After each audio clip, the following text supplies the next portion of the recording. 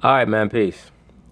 So here in New York and in many other cities where you have a high population of so-called Caribbeans or so-called brothers and sisters from the West Indies, one of the most popular celebrations is known as Juve. And Juve, most likely unbeknownst to them, is really based in the worship of Nimrod and his father Cush. And you know them as the pagan deities. But we'll go through this as I chime in on this segment. CBS had a very good little segment on Juve and a lot of the trouble that it precipitates. Almost every year here in New York, when you have these major celebrations, these so-called parades, you have a lot of stabbings, you have a lot of shootings, murders, rapes, etc. And you're going to find that it's not happenstance, that it's part and parcel to the overall spirit of that parade and most of these pagan parades in general. But let's see what they have to say. Of course, I'm going to chime in. Brooklyn's Juve Festival is getting security similar to Times Square on New Year's Eve. Over the past 2 years, 3 people, including an aide to Governor Cuomo, were shot to death at the annual celebration. Police have now decided to create a fenced-in area with about a dozen entry points. People will be screened for weapons and alcohol. The start time has also been pushed from 2 a.m. Now look at all those young kids there at the parade, most likely out way into the night, into the early morning. Nothing but trouble. I'm going to rewind it back. Also, I'm going to go through this image right here. Decided to create a fenced-in area with about a dozen entry points. People will be screened for weapons and alcohol. All those kids most likely somewhere between 13 and 18, 19 years old. Nothing but drama is going to ensue. A lot of them are gang related. No disrespect. A lot of gangs come out during these parades. A lot of gangs come out during these celebrations to wreak havoc and to join in.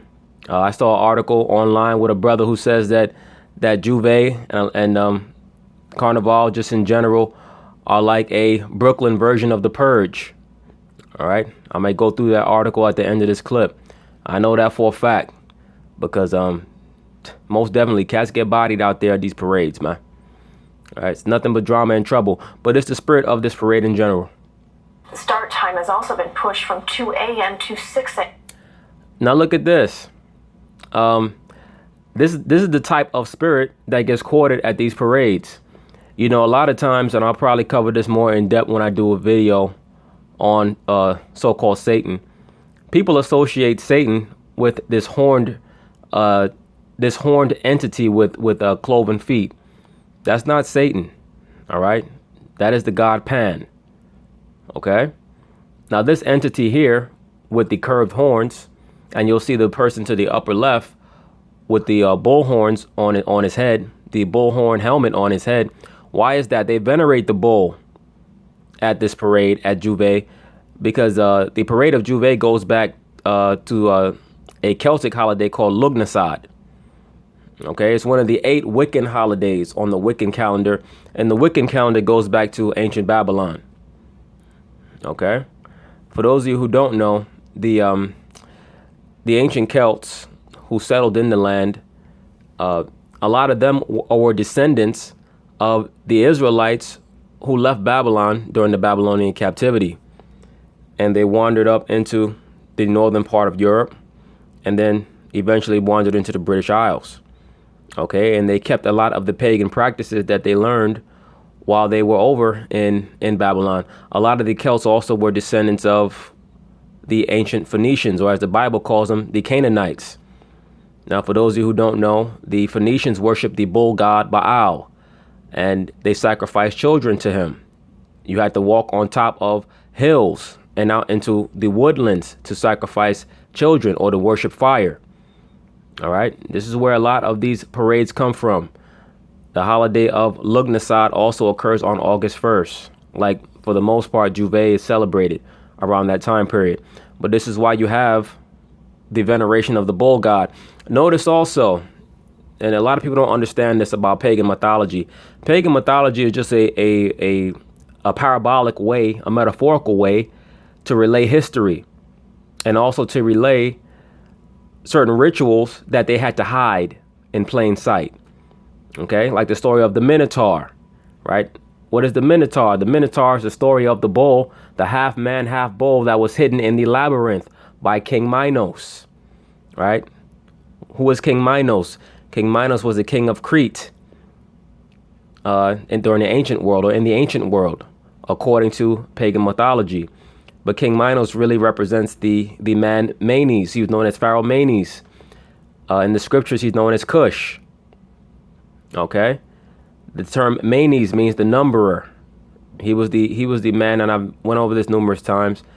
He was the man who established the creation of what's known as the Hermetic principles, or the Hermetic philosophies, as above, so below. He was the teacher of many things to mankind.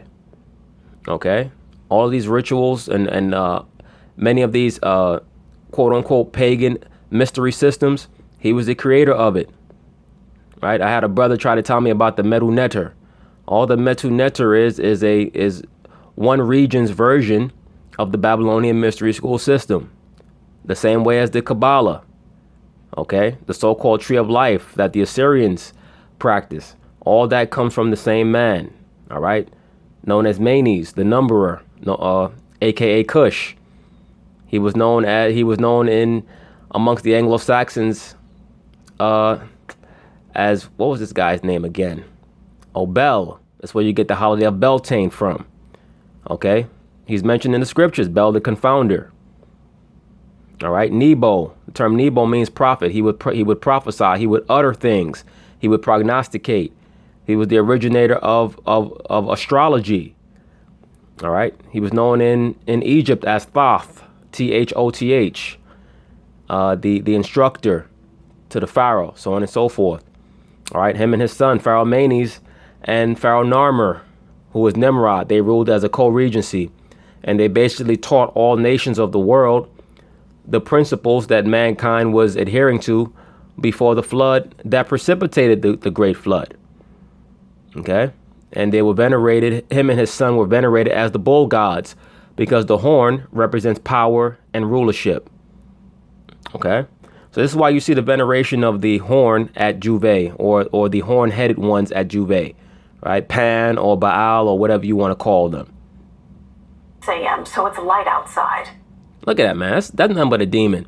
And people will come on, I'm sure they come in the comments, that's not true. Juve is just about having a good time. And yeah, that's what most revelry parades are about. All right, that's what makes them so appealing. But if you were to ask people what the significance of the bullhorns are, I guarantee you the majority of them won't know. Now, when if you know anything about Lughnasadh, it's part of what they call in the Wiccan calendar, they call that the Wheel of the Year. They celebrate 8 major holidays.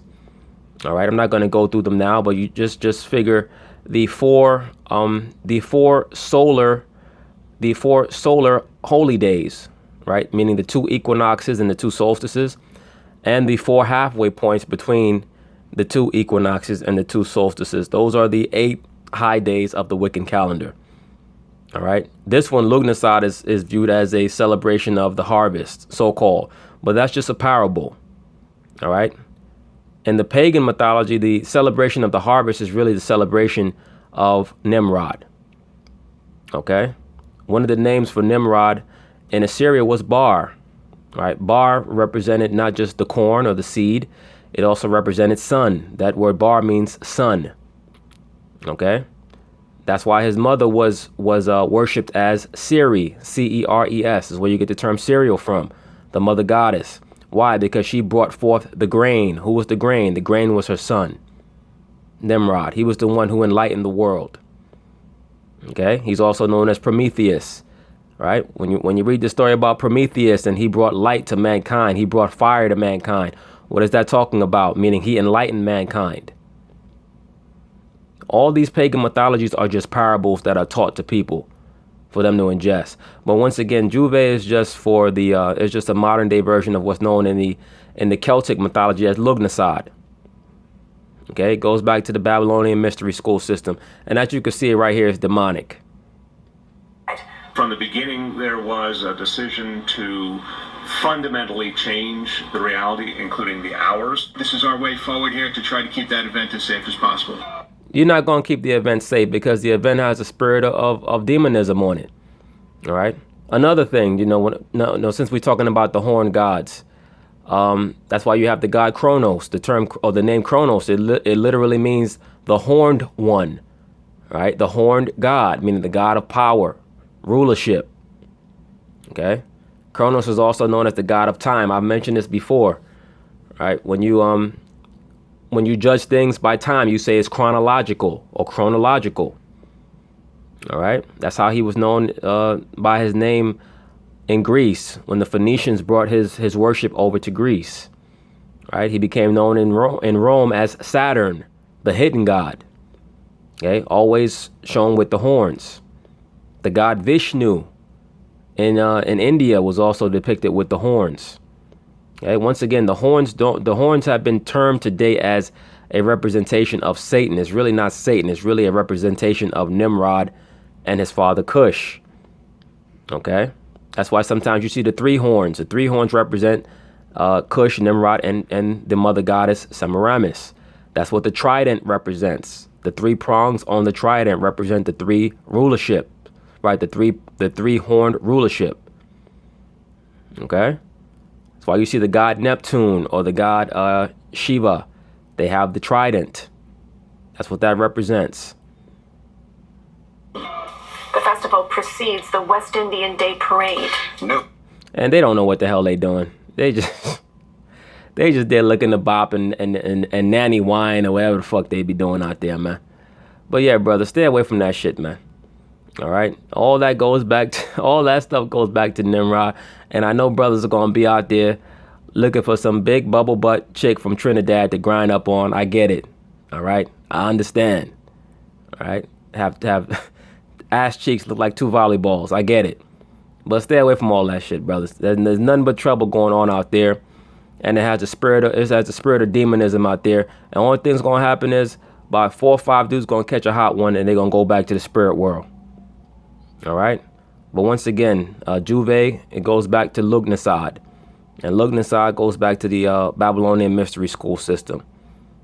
All that is just the worship of Nimrod and his father Cush.